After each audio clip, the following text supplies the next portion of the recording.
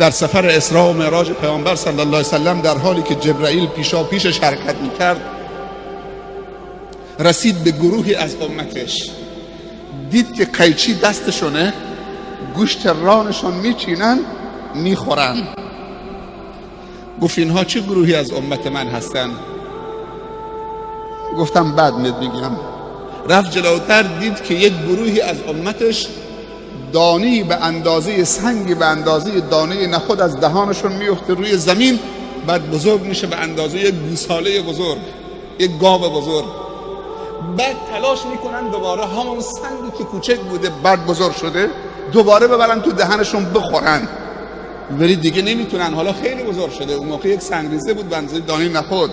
گفت اینا چه گروهی از امت من هستن؟ البته سوال خیلی زیاده، عجایبی که دید پیامبر صلی الله علیه و سلم در مسیر راهش. همین گفت بعد بهت میگم. من این دوتا رو میخوام بگم. غیبت عامل تفرقه است.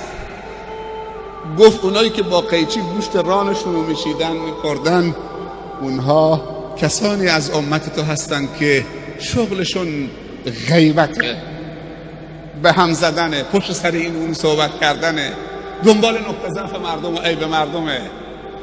و اما اون گروهی که به اندازه دانه نخود سنگریزه از دهانشون می آمد بیرون بعد بزرگ می شد، گفت اونها کسانی هستند که زنها و مردای عفیف پاکدامن را بهتان می زنن و امنیت و آرامش را از جامعه می گیرن.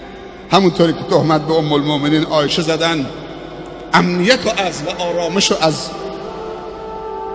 شهر مدینه گرفتند و از مؤمنین گرفتند تا اینکه خداوند آیه را نازل کرد.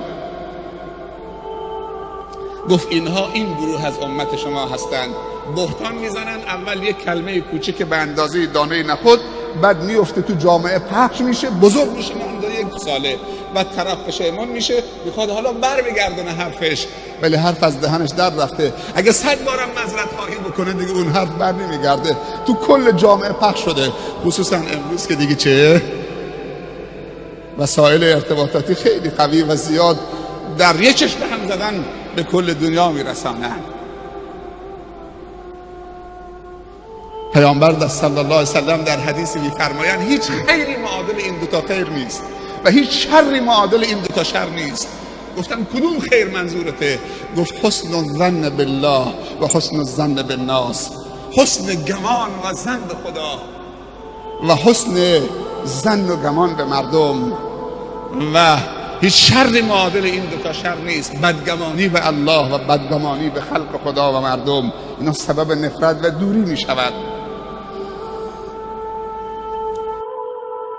تو ای خدای عالم و آدم، نجاتم